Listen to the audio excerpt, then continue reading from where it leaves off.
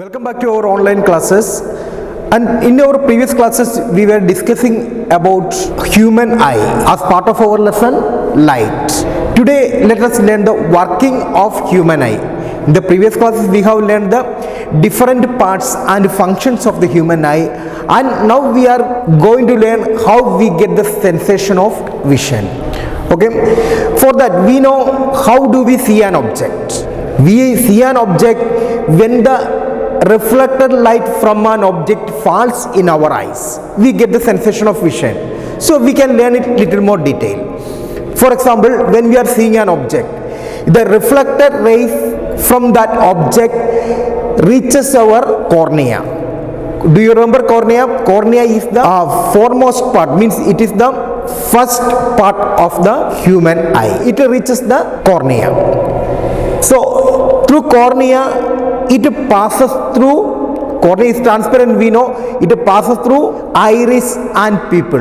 So this iris and pupil also controls the amount of light enters to the eyes.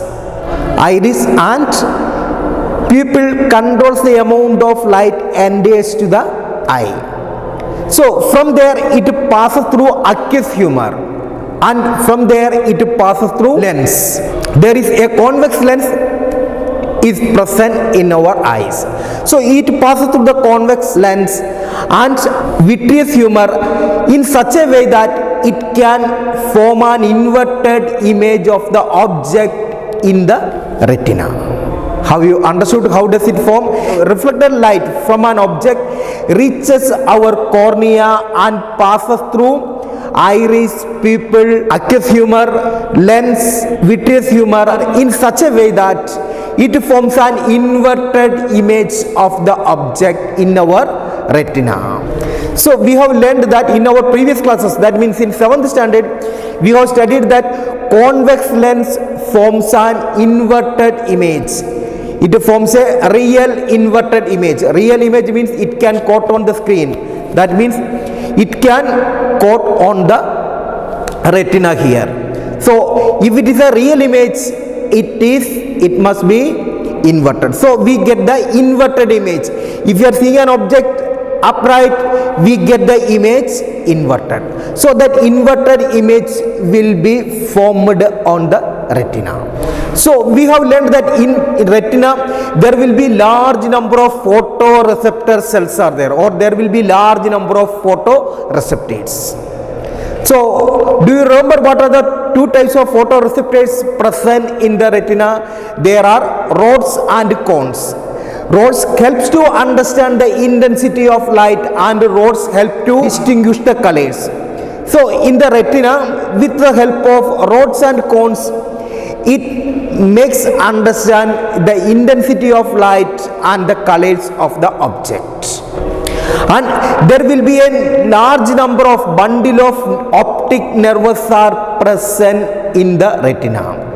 There will be a large number of optic nerves arise from the retina, and they send the messages to brain. So image is formed, inverted image is formed. That image, these optic nerves, they carry to the brain. So as they carry, optic nerves carry the messages of this image from retina, they make the image upright. So inverted image on the way to brain, it gets upright and brain makes the sensation of vision. So in this way we see an object. So we have said that in retina there is a part.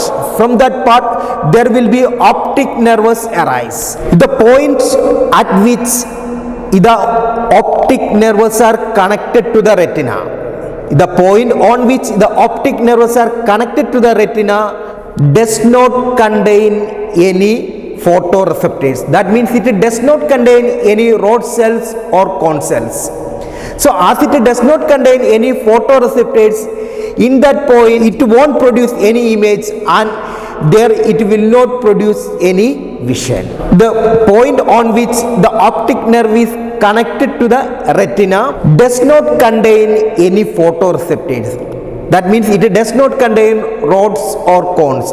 As it does not contain any photoreceptors, image formed here won't be sensed by the eye. So this point is known as blind spot. So blind spot is the spot where the optic nerves are connected to the retina. So the image formed on this spot won't be sensed by the eye, and this point is known as blind spot. But not this. Right eye can see whatever the images formed on the left blind spot, and left eye can see whatever the images formed on the right blind spot. So like this, both eyes makes the vision. So both eyes makes the vision. That means both eyes makes the complete vision. So we will be able to see the objects or images formed in the blind spot of left eye and right eye, which is the image formed on the right eye that will be seen by the left eye, and what is formed on the left eye that will be seen by the right eye. The two eyes forms the image in such a way that they forms a three-dimensional image. As it is three-dimensional image, we will be able to understand the distance of the object from us. We know if you are seeing a far away object, we know that that is much away from us, and if you are seeing an object that is near to us, we will know that it is near to us, because it forms a three-dimensional image. As three-dimensional image, we will be able to understand the distance of the object from us.